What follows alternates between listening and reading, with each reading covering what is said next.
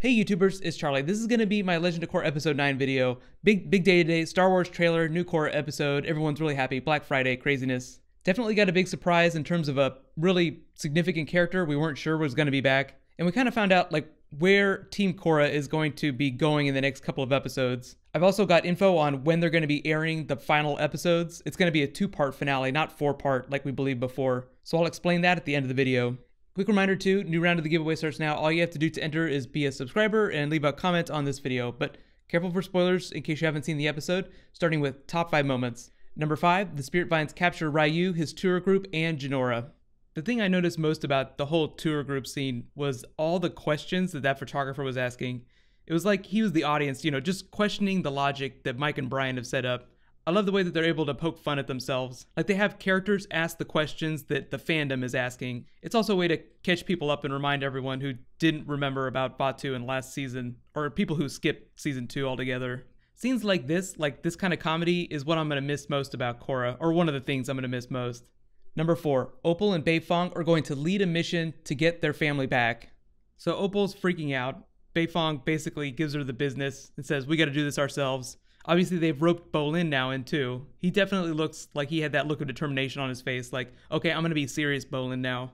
I don't know that we're going to end the season with Team Korra completely split up, but it seems like for at least the next episode or 2, they're going to go on this side mission to Zaofu. And that might be how Toph gets roped back into the story. I was kind of disappointed we didn't see her in this episode, but because we physically were not in the Earth Kingdom or anywhere near the swamp, I think that's why they didn't include her. I think once they travel to Zaofu, for this rescue mission, then we'll see Toph again. We'll be near the swamp and we'll get another shot at Kuvira.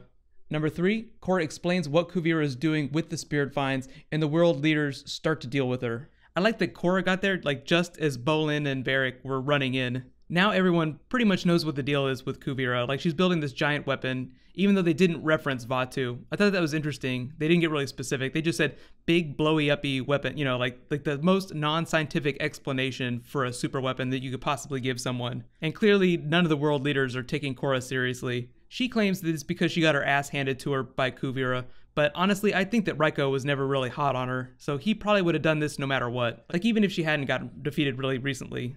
Raiko isn't a bad person, but he is an antagonist. The most fun part though was just the shot of Azumi where she gave the look. I knew she was going to have a speaking part at some point. We didn't know when it was going to come, but when I saw her I was like, well, obviously it's going to be in this scene. It's like they're just teasing us. They're like, nope, we're not going to let her speak yet. I don't know that they're going to explain who her mother is, who Zuko's wife is before the end of the series. They might say that for the comics, but whoever she was, I'm sure she was one of the more practical choices. I know a lot of people think that it's May, but I think that they broke up in the comics. And someone asked me a little while ago about General Iroh, the grandson Iroh, becoming Fire Lord at some point. I don't think that she's going to be abdicating anytime soon. She doesn't look like an elderly person. She seems like she's, relatively 40s, 50s, still has a long time to go before she gives up being Fire Lord. She said that she's not taking the Fire Nation into the war just because she's so sick of the legacy of the 100-Year War and all the trouble it caused. I don't blame her, but clearly what they're teasing is that Kuvira is going to do something that's going to force her into the war. It's a lot like the United States during World War II. They didn't get involved until Pearl Harbor happened, until the Japanese bombed Pearl Harbor, and then that basically incited everyone to just push Congress to declare war. That's why I think something crazy is going to happen with Kuvira's super weapon. She could either attack the Fire Nation in some way, or do something that's so crazy that Azumi says we have to join the war now. But it really will end up being everyone versus Kuvira at a certain point. But I think it's going to be on Korra to solve everything. It'll be on her to resolve the issue. And I don't think it's going to end with them killing Kuvira. Although we did get a shot of Zahir, and he is awfully murdery. Number 2, Korra reconnects with Raava. So jumping forward just a little bit, Korra basically needs to get over herself. She has some sort of mental block in place. Her body is fine, her powers are intact. It's just mentally she's preventing herself from accessing her abilities. I like Zahir's concept that her abilities are limitless. And given the things that he's done, I think that he's right.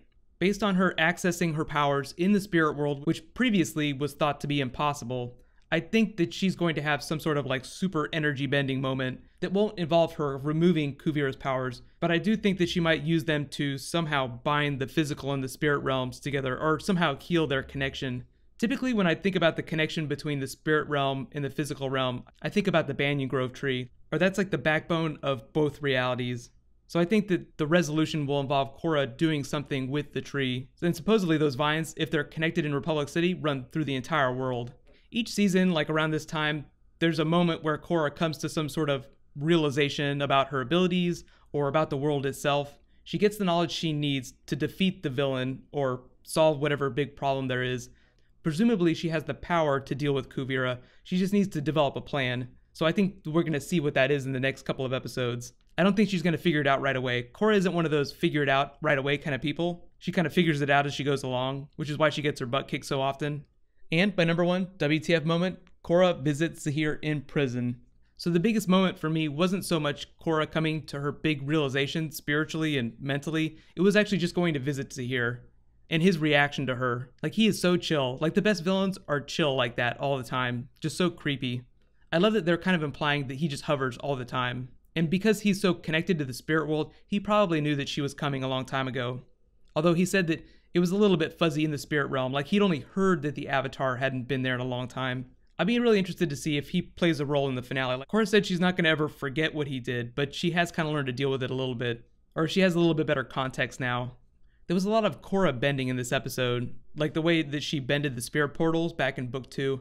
Mike and Brian said that the resolution will not involve a bending contest. That could just mean that it's not going to involve a fight, like a fight to the death, or it's not going to be like Aang versus Ozai, because that was really what the book 3 finale was like. But it is possible that Korra could, somehow bend the planet or do something really crazy, because if her abilities are limitless, then that just implies she's going to do something crazy epic. So I think she will have some sort of bending moment, but it won't be a fight. Like, maybe she'll just bend the entire world tree. Like, she'll just bend the tree all over the planet at the same time, or something crazy, like something on that level. Let me know what was your favorite moment, and how do you think the Fire Nation is going to be drawn into the conflict? I feel like that's a pretty good teaser. Like the minute Izumi said, I'm not going to deal with another pointless war, I feel like that's Sprite saying, yeah, she's definitely going to be in this war pretty soon. All it's going to take is like some big WTF demonstration with a weapon, or Kuvira attacking the Fire Nation in some way. So overall, I gave the episode a B+. I mean, it was great to bring Zahir back. I love the journey that Korra is on, even though I feel like a lot of people will yell at her for that moment that Raava had where she said, I've always been here. And it's like, how come it's taken Korra this long to figure that out? It's really all about her self-doubt. Like, she is the most self-doubting avatar that we've seen. We haven't seen that many avatars, just to give her the benefit of the doubt though. Most of the time when we see the past avatars, they're like in their adult form. Like, they've had a long time to figure things out, and they're very headstrong. Like Kyoshi, who's just like, I'm gonna crush everything. I'm gonna crush my problems. I think that's what everyone wants to see Korra do.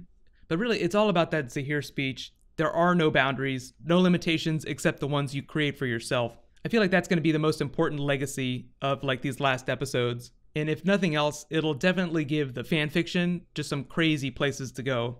I'm happy we saw more Opal. I always love Opal's character. She's really like a soft addition to Team Avatar. Like, you don't see her as much as you see Asami, but she's every bit as important because she's so important to Bolin.